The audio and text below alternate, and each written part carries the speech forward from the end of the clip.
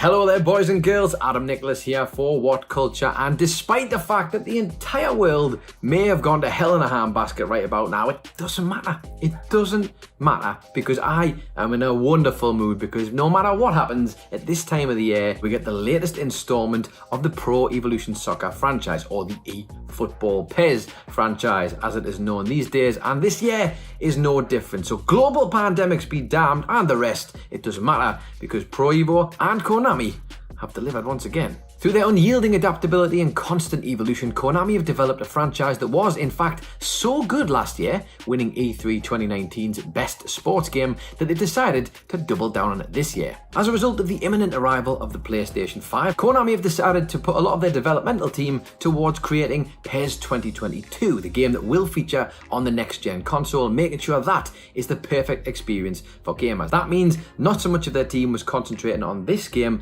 and they decided to release essentially the identical game in terms of gameplay to fans this year.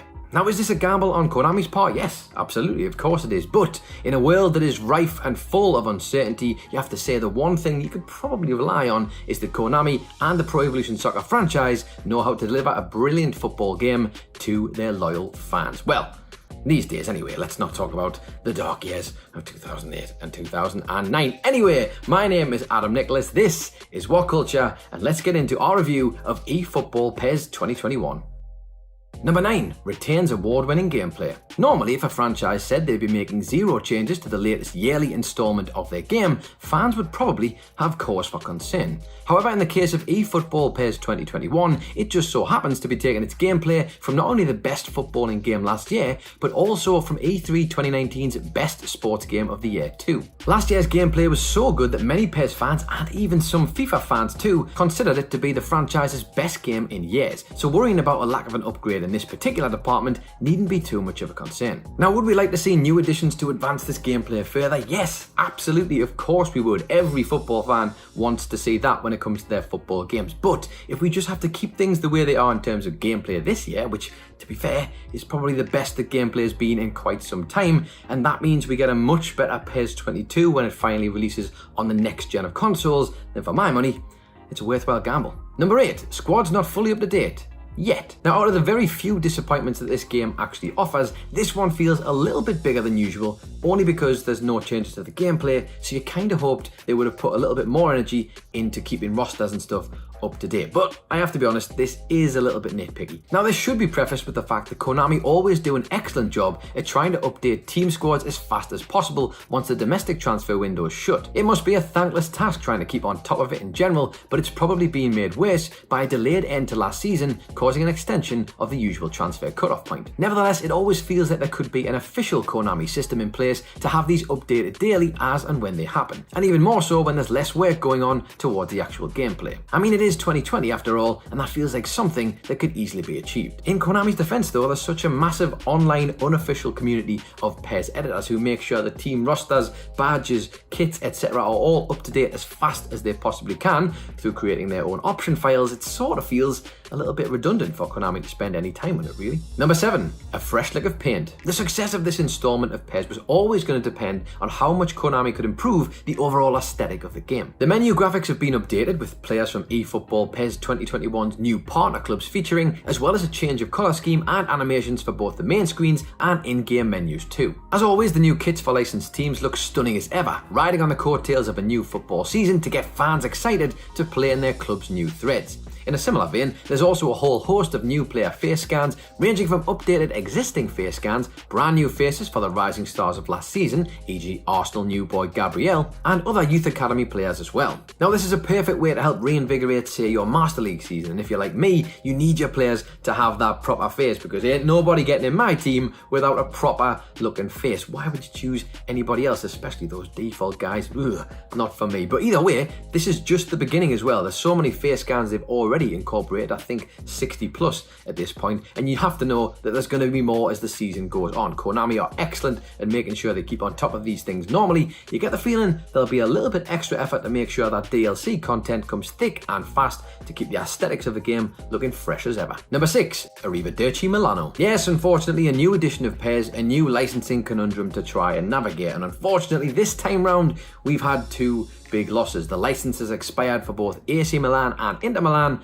and Konami could not get them renewed. Now, in fairness, this does tend to be par for the course, and for any long-term PES fans, you kind of learn to roll with the punches. Because of such a great online community, as we've already mentioned, the option file tends to take care of most of these problems. Now, this does tend to be par for the course with the Pro Evolution Soccer franchise, and anybody who's been a long-term fan will know this, because EA just have such a stranglehold over most of the licenses that financially Konami just can't really keep up with them, and they have to be quite selective in terms of who and what they can get licensed. But normally that isn't a huge issue. You just get an option file and you would change the teams back to how they were and all things would be sorted. But there's a little bit of an added problem which makes this particular L one that is quite hard to swallow. You see, a good old PES option file can sort many things, but sadly when it comes to console versions of the game, there's nothing they can do to replace missing stadiums. While AC Milan and Inter Milan will easily be added to the game via option file when the time comes, their licensing loss means there will be no version of the historic San Siro or Giuseppe Meazza Stadium in eFootball PES 2021. Number 5, new Master League managers. Last year, PES introduced a number of preset managers into the game so they could be used in players' Master League seasons, ranging from anyone to Argentinian legend Diego Maradona all the way through to the late Johan Cruyff. That second one feeling particularly weird just because, you know, he's no longer with us. Regardless, I personally felt this was a really good addition to the Master League, adding that extra little bit of narrative realism to your Master League season, something I like very much in my own game, but it did kind of come at the sacrifice of that you couldn't create your own manager anymore, which isn't really a problem for me, but I imagine a lot of players would actually quite like to create themselves as the manager in the game. Now, while we don't see a return of the create your own manager feature, what we do get this year is Konami adding a few more names to that list in the form of Frank Lampard, Pep Guardiola and Ryan Giggs. In terms of managers the players would want to play as, this feels like a far more relevant trio to include. Managing Chelsea as Lampard, City as Pep, or even Man United as Giggs certainly feels like an enticing prospect, and overall, it's definitely a plus. One minor but definite annoyance, however, is that Pep's character model looks more reminiscent of his early days managing Barcelona, and you can't help but feel that if Konami have indeed used all their face scans from